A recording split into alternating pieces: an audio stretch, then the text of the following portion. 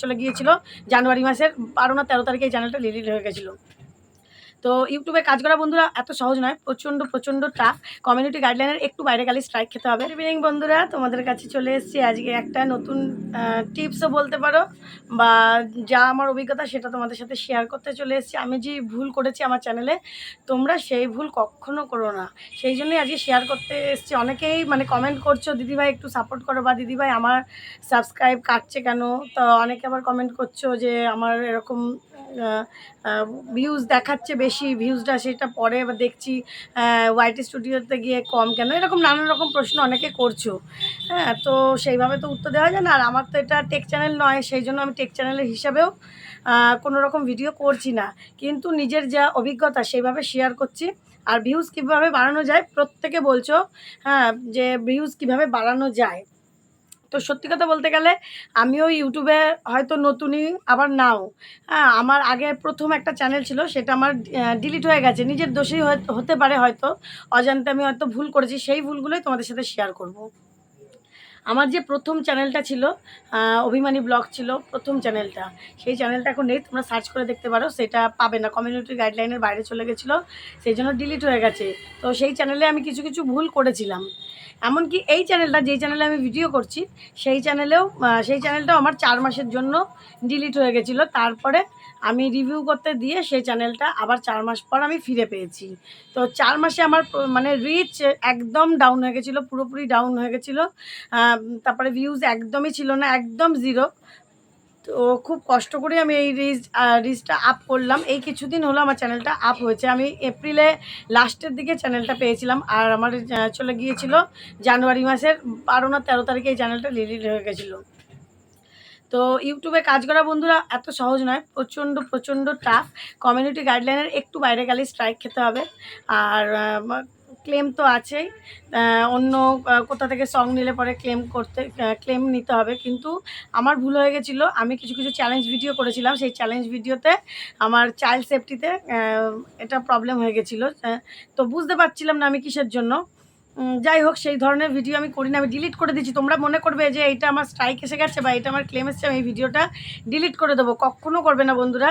সেই video delete করলে কিন্তু আমাদের কাছে হয়তো ডিলিট দেখাবে, কিন্তু ক্রোমে থেকে যাবে, বা ইউটিউবের কাছেও সেই ভিডিও থেকে যাবে। অতএব যেই ক্লেম বরং থাকলে পরে তোমাদের সুবিধা হবে সেই ভিডিওটা, কারণ যেটা হওয়ার সেটা তো হয়ে গেছে। ইউটিউব যদি ক্লেম দেয় সেটা তো দেওয়াই থাকবে, বরং ভিডিওটা তোমাদের চ্যানেলে থাকলে তোমরা সেটা রিভিউ করতে দিতে পারবে।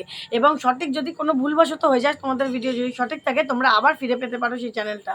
কিন্তু তোমরা যদি ডিলিটই করে দাও, তো সেই চ্যানেলটা তো ফিরে পাবেই না, উল্টে তোমাদের যে ক্লেমটা সেটা থেকেই যাবে। তো সেই জন্য বলছি কিছু আর গাইডলাইনটা খুব ভালো করে জানো। বিভিন্ন টেক চ্যানেল আছে, আমি বিভিন্ন টেক চ্যানেল থেকে গাইডলাইনটা জানার চেষ্টা করছি এখনও পর্যন্ত, কারণ আমি অনেক ভুল করে ফেলেছি। সেই ভুলগুলো আমি দ্বিতীয়বার আর করতে চাইছি না। তো তোমরা কোনো ভিডিওতে যদি ভুল করে থাকো, সেই ভিডিও কখনো ডিলিট করবে না।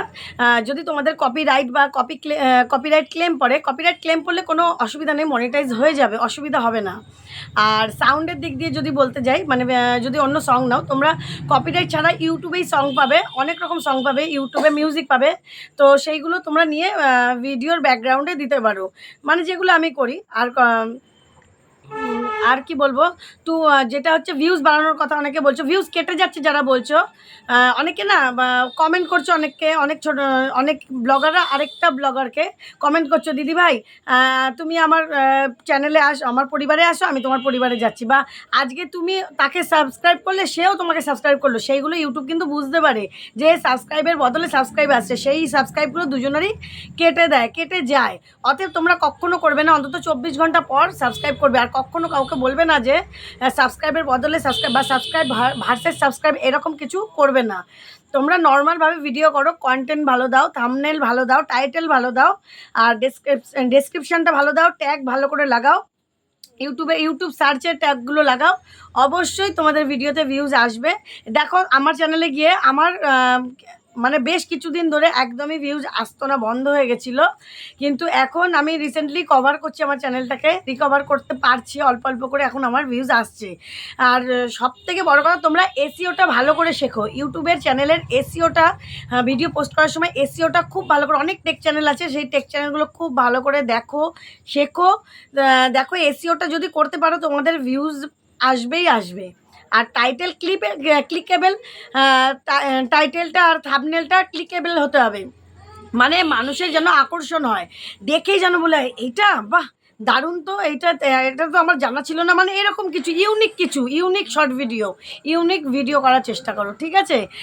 তোমরা কন্টেন্টটা ইউনিক আনো, দেখো অবশ্যই ভিউজ আসবে।